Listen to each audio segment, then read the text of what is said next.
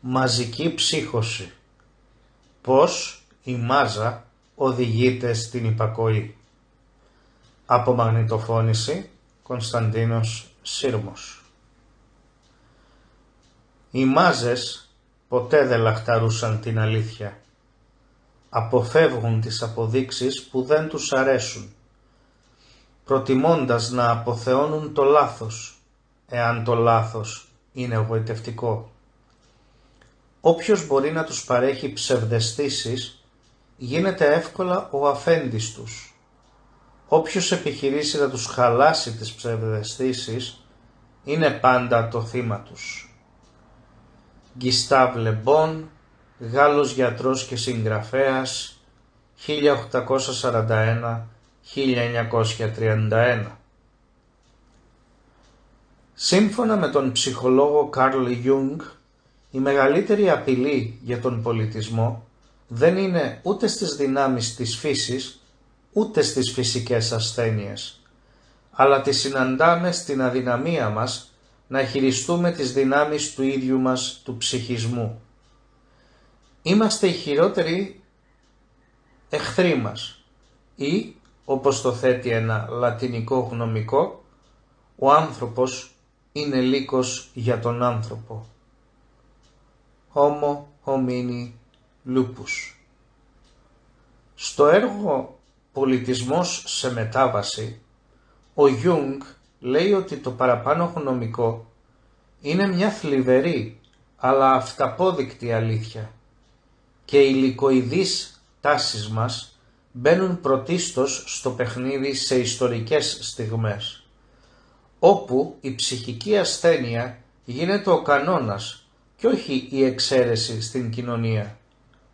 Μία κατάσταση που ο Ιούγκ επισήμανε με τον όρο ψυχική επιδημία. Γράφει ο Ιούγκ: πράγματι γίνεται ακόμη πιο ξεκάθαρο ότι δεν είναι η πείνα ούτε οι σεισμοί, ούτε τα μικρόβια, ούτε ο καρκίνος, αλλά ο ίδιος ο άνθρωπος που είναι ο μεγαλύτερος κίνδυνος προς τον άνθρωπο. Γιατί απλά δεν διαθέτουμε αρκετή προστασία απέναντι στις ψυχικές επιδημίες, οι οποίες είναι απείρως πιο ολέθριες από τις χειρότερες φυσικές καταστροφές. Καρλ Ιούγκ, The Symbolic Life, 1977. Κεφάλαιο μαζική ψύχωση. Η πιο επικίνδυνη από όλες τις ψυχικές επιδημίες είναι η μαζική ψύχωση. Μια επιδημία τρέλας, η οποία συμβαίνει όταν ένα μεγάλο τμήμα της κοινωνίας χάνει επαφή με την πραγματικότητα και πέφτει σε πλάνη. Ένα τέτοιο φαινόμενο δεν είναι απόκτημα της φαντασίας.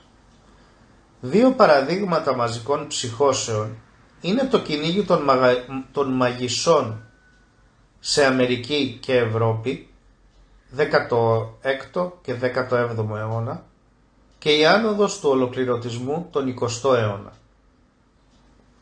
Στο κυνήγι των μαγισσών, χιλιάδες άτομα, κυρίως γυναίκες, φωνεύτηκαν όχι για εγκλήματα που διέπραξαν, αλλά ως αποδιοπομπαίοι τράγοι κοινωνιών που τρελάθηκαν.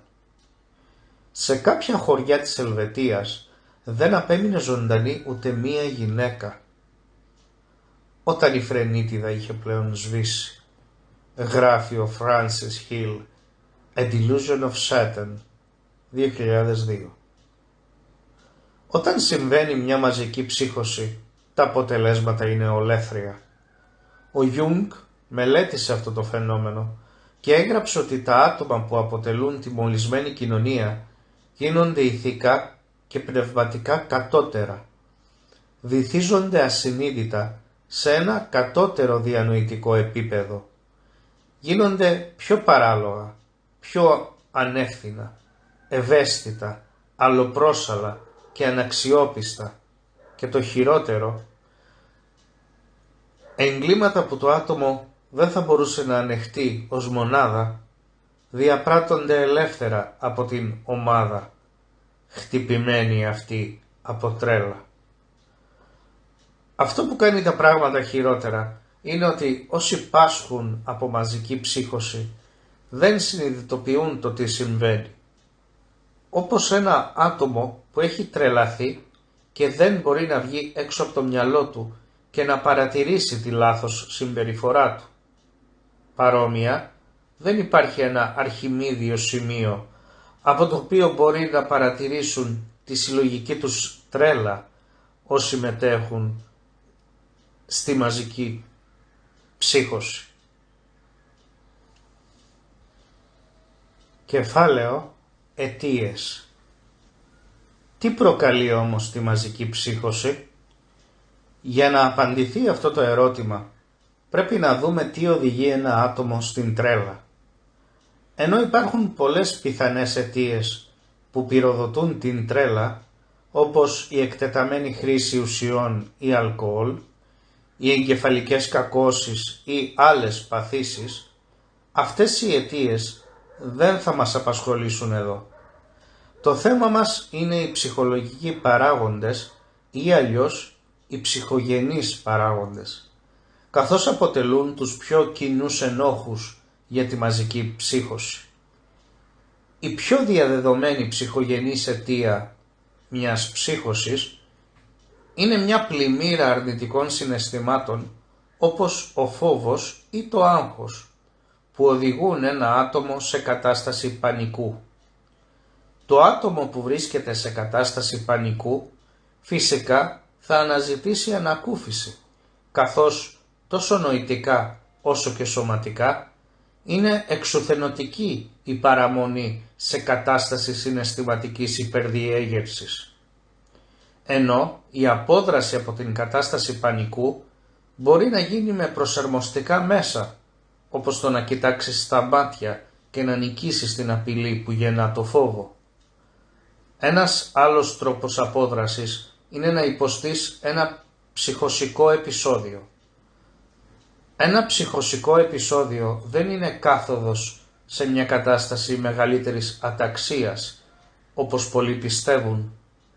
Είναι μια αναδιάταξη του κόσμου όπως τον αντιλαμβανόμαστε, που μπλέκει αλήθειες και ψέματα, παραισθήσεις και πραγματικότητα με έναν τρόπο που βοηθά τον τερματισμό του πανικού. Ο Σιλβάνο Αριέτη, κορυφαίος ειδικός του 20ου αιώνα πάνω στη σχιζοφρένεια, εξηγεί τα ψυχογενή βήματα που οδηγούν στην τρέλα. Πρώτα είναι η φάση του πανικού, όταν ο ασθενής αρχίζει να αντιλαμβάνεται τα πράγματα διαφορετικά. Τρομοκρατείται, φαίνεται υποσύγχυση και δεν ξέρει πώς να εξηγήσει τα παράξενα πράγματα που συμβαίνουν. Ερμηνεία της σχιζοφρένειας.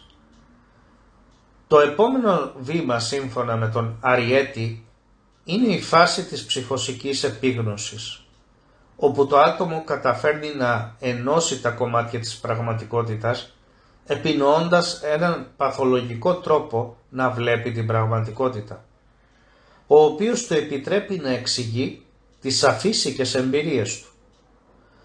Αυτό το φυσικό φαινόμενο ονομάζεται επίγνωση, διότι ο ασθενής επιτέλους βλέπει νόημα και συσχετίσεις μέσα στις εμπειρίες του.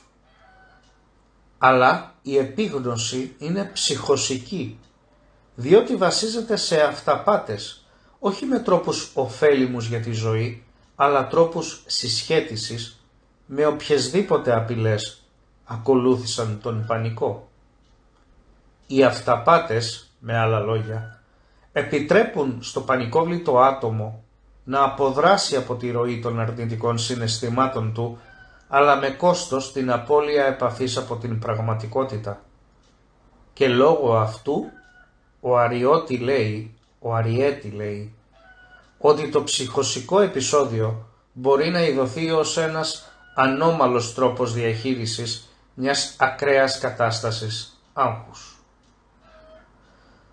Αν μια ροή αρνητικών συναισθημάτων που προκαλεί πανικό σε ένα αδύναμο και ευάλωτο άτομο μπορεί να πυροδοτήσει ψυχοσικό επεισόδιο, τότε μπορεί να προκληθεί μαζική ψύχωση όταν ένας πληθυσμός από αδύναμα και ευάλωτα άτομα οδηγείται σε κατάσταση πανικού από πραγματικές, φανταστικές ή κατασκευασμένες απειλές.